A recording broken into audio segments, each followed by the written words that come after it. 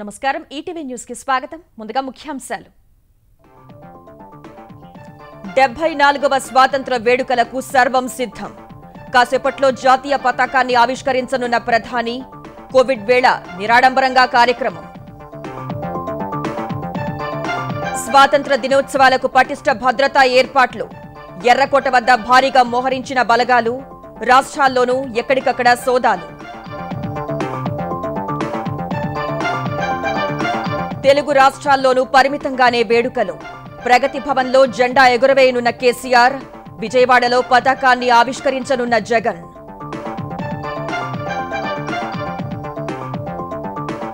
ఈ నెల 25న apex council సమావేశానికి ప్రతిపాదన ఇరువురు ముఖ్యమంత్రులు అంగీకరిస్తే నిర్వహణకు ఏర్పాట్లు చేయనున్న కేంద్రం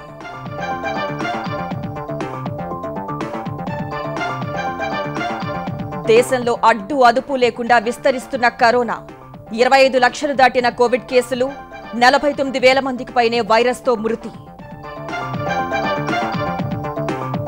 తెలుగు రాష్ట్రాల్లోనూ మహమ్మారి విజృంభణ ఏపీలో తూర్పుగోదావరి కర్నూలు చిత్తూరులోనే ఎక్కువ వ్యాప్తి తెలంగాణలోనూ తగ్గని ఉధృతి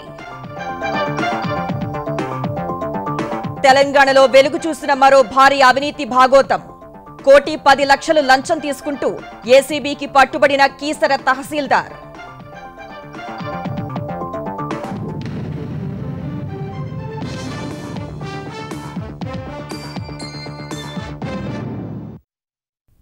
తెలుగు రాష్ట్రాల నడుమ కృష్ణా గోదావరి జల వివాదాలపై చర్చించేందుకు ఈ నెల 25న అపెక్స్ కౌన్సిల్ సమావేశం నిర్వహించనున్నట్లు తెలుస్తోంది. ఇరు రాష్ట్రాల ముఖ్యమంత్రులకు అంగీకారమైతే భేటీ నిర్వహణకు సన్నాహాలు చేయనున్నారు. తెలుగు రాష్ట్రాల నడుమ కృష్ణా గోదావరి జల వివాదాలపై చర్చించేందుకు ఈ నెల 25న అపెక్స్ కౌన్సిల్ సమావేశం నిర్వహించనున్నట్లు తెలుస్తోంది. ఇరు రాష్ట్రాల సీఎంలకు అంగీకారమైతే సమావేశానికి సన్నాహాలు చేయనున్నారు. ఇందుకోసం ఏర్పాట్లు చేయాలని కేంద్ర జలశక్తి మంత్రి సంబంధిత అధికారులకు సూచించినట్లు సమాచారం. 2016లో మొదటిసారి ఏపీ తెలంగాణ మధ్య అపెక్స్ కౌన్సిల్ సమావేశం జరగగా మళ్లీ నిర్వహించలేదు. ఈ నెల 5న సమావేశం జరపాలని నిర్ణయించినప్పటికీ ముఖ్యమంత్రి కేసీఆర్ కు వీలు కాకపోవడంతో వాయిదా వేశారు. ఆగస్టు 20 తర్వాత ఏర్పాటు చేయాలని కేసీఆర్ చెప్పగా ఎప్పుడైనా సమ్మతమేనని ఏపీ సీఎం జగన్ చెప్పారు. 2 నెలలుగా కృష్ణా గోదావరి జలాలపై ఇరు రాష్ట్రాలు ఫిర్యాదు చేసుకోగా కొత్త ప్రాజెక్టులపై ముందుకు వెళ్లొద్దని కేంద్ర మంత్రి గజేంద్ర సింగ్ షెకావత్ లేఖ రాశారు. దీనిపై ఇరు రాష్ట్రాల ముఖ్యమంత్రులు తీవ్రంగానే స్పందించారు. ఈ నేపథ్యంలో అపెక్స్ కౌన్సిల్ సమావేశం ప్రాధాన్యత సంతరించుకుంది. నీటి సంవత్సరంలో మిగిలిపోయిన కేటాయింపు జలాలను తదుపరి సంవత్సరానికి బదలాయించే అంశాన్ని కేంద్ర జల సంఘానికి నివేదించాలని కృష్ణానది యాజమాన్య బోర్డు కేంద్ర ప్రభుత్వాన్ని కోరింది. ఈ మేరకు లేఖ రాసింది. 2019-20లో తమకు 333 టీఎంసీలు కేటాయిస్తే 278 టీఎంసీలను మాత్రమే వినియోగించుకున్నామని తెలంగాణ సర్కారు పేర్కొంది. ట్రైబ్యునల్ తీర్పు ప్రకారం మిగిలిన 50 టీఎంసీల నీటిని ప్రస్తుత నీటి సంవత్సరానికి బదలాయించాలని కృష్ణ బోర్డును కోరింది. ఆంధ్రప్రదేశ్ ప్రభుత్వం ఇందుకు అంగీకరించలేదు. 2 రాష్ట్రాలు లిఖితపూర్వకంగా కూడా భిన్న వాదనలు వినిపించాయి. ఈ నేపథ్యంలో ఈ అంశాన్ని కేంద్ర జల సంఘానికి నివేదించాలని వీలైనంత త్వరగా సమస్యను పరిష్కరించాలని కృష్ణానది యాజమాన్య బోర్డు కేంద్ర జలశక్తి శాఖను కోరింది. బంగాళాఖాతంలో ఏర్పడిన అల్పపీడనం ప్రభావంతో తెలంగాణలో జోరుగా వర్షాలు కురుస్తున్నాయి. వరంగల్లో 4 రోజులుగా భారీ వర్షం కురుస్తోంది. హన్మకొండ కాజీపేటలో లోతట్టు ప్రాంతాలు నీట మునగగా ప్రధాన రహదారులు చెరువుల్ని తలపిస్తున్నాయి. మహబూబాబాద్ ములుగు జిల్లాల్లో విస్తారంగా వర్షం కురుస్తోంది.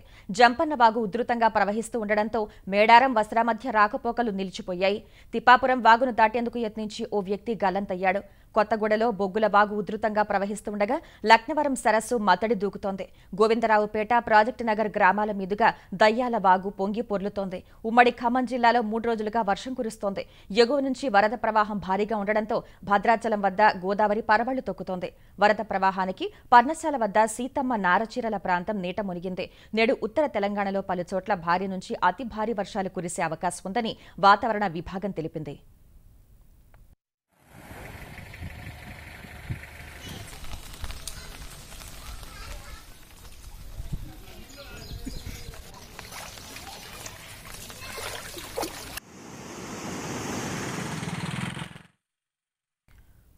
ఆంధ్రప్రదేశ్లో పలు ప్రాంతాల్లో వర్షాలు కురుస్తున్నాయి. విశాఖ మన్యంలో భారీ వర్షాలు కురుస్తున్నాయి. జీమాడుగుల, పెదబయలు, ముంచంగిపుట్టు మండలాల్లో ఎడతెరిపిలేని వర్షానికి మత్స్యగడ్డ పొంగి ప్రవహిస్తోంది. తోక గరువులో భారీ జీలుగు చెట్టు పెద్దమల్లన్న అనే రైతు ఇంటిపై పడింది. ఎగువ నుంచి వస్తున్న నీటితో పశ్చిమ గోదావరి జిల్లా పోలవరం వద్ద గోదావరిలో వరద ఉరకలేస్తోంది. పోలవరం మండలం కొత్తూరు కాజ్వే వద్ద 10 అడుగుల మేర వరద నీరు చేరుకోగా రాకపోకలు పూర్తిగా నిలిచాయి. నీటి ప్రవాహానికి పోలవరంలో రక్షణగా ఉన్న నెక్లెస్ బండ గోదావరిలోకి జారిపోయింది. పెరిగిన వరదతో పోలవరం, వేలేరుపాడు మండలాల్లో అనేక గ్రామాలకు రాకపోకలు స్తంభించాయి. తూర్పుగోదావరి జిల్లా దేవీపట్నంలోనూ గోదావరి ఉధృతంగా ప్రవహిస్తోంది. దేవీపట్నం, తొయ్యూరు, వీరవరం, దండంగి, పోచమ్మగండి గ్రామాల ప్రజలు బిక్కుబిక్కుమంటూ జీవనం సాగిస్తున్నారు. ముంపు గ్రామాల ప్రజల్ని తరలించేందుకు ప్రత్యేక పడవలను, బోట్లను ఏర్పాటు చేశారు. దేశంలో కరోనా మహమ్మారి విజృంభణ కొనసాగుతూనే ఉంది. దేశంలో కోవిడ్ కేసుల సంఖ్య 25 లక్షలు దాటిపోయింది. 49,000 మందికి పైనే వైరస్కు బలయ్యారు. 18 లక్షల మంది వ్యాధి నుంచి కోలుకున్నారు.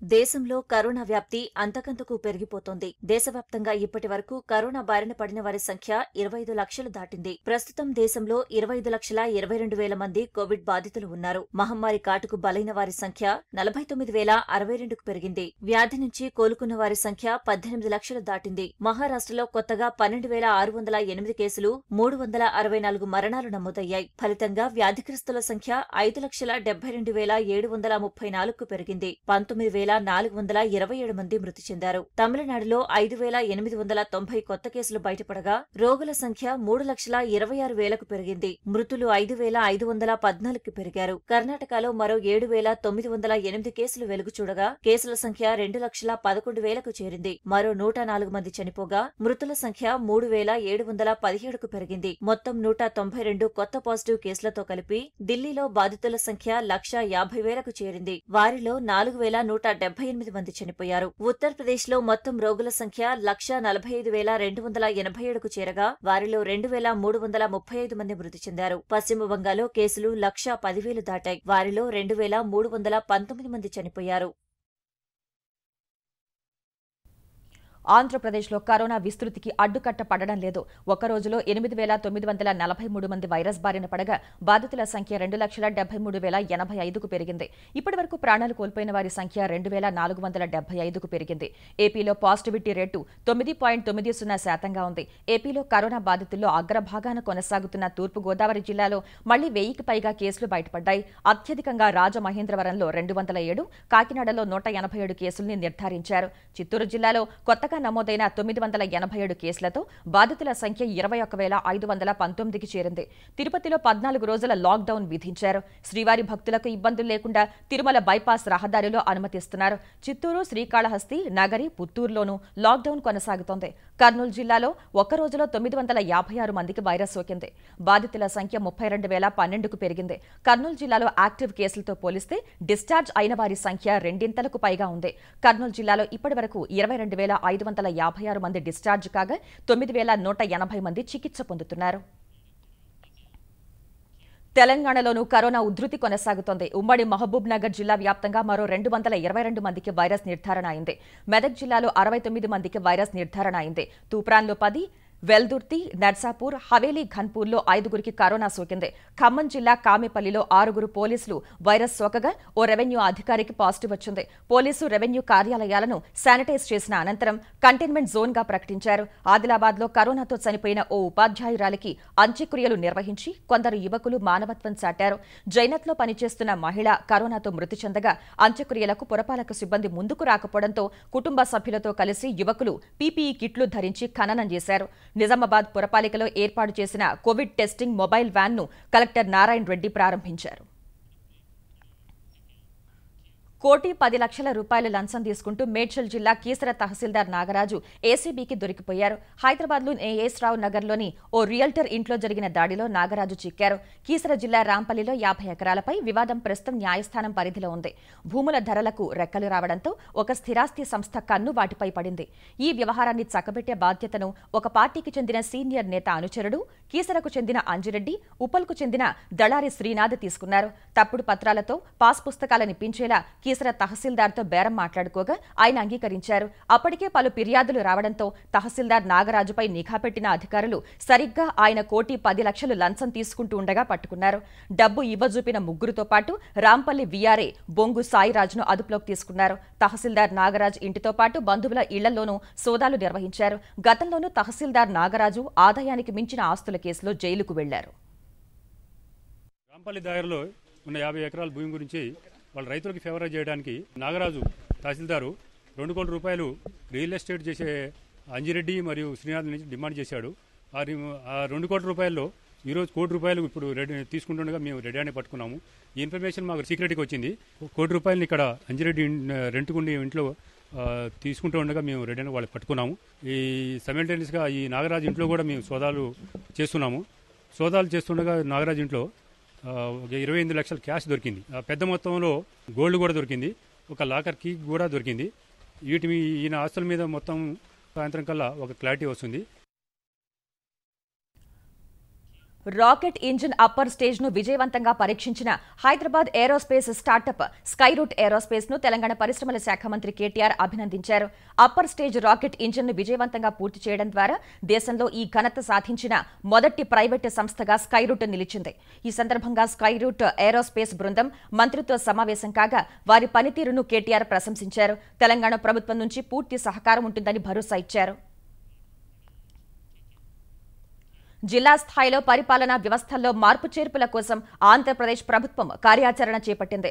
జిల్లాల్లోని 3 జాయింట్ కలెక్టర్లకు అధికారాలు, బాధ్యతల కేటాయింపుపై అధ్యయనానికి కమిటీ ఏర్పాటు చేసింది.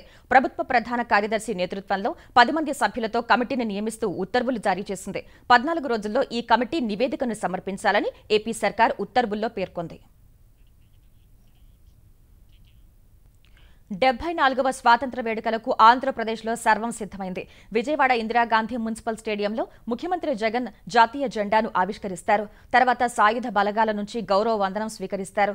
అనంతరం ప్రజల్ని ఉద్దేశించి ముఖ్యమంత్రి జగన్ సందేశమిస్తారు. స్టేడియంలో ప్రదర్శించేందుకు 10 శకటాలను అధికారులు సిద్ధం చేశారు. జిల్లాలో మంత్రులు మువ్వన్నెల పతాకాన్ని ఆవిష్కరిస్తారు. మరోవైపు స్వాతంత్ర దినోత్సవాన్ని పురస్కరించుకుని విజయవాడ, అమరావతిలోని ప్రభుత్వ భవనాలను విద్యుత్ దీపాలతో ముస్తాబు చేశారు.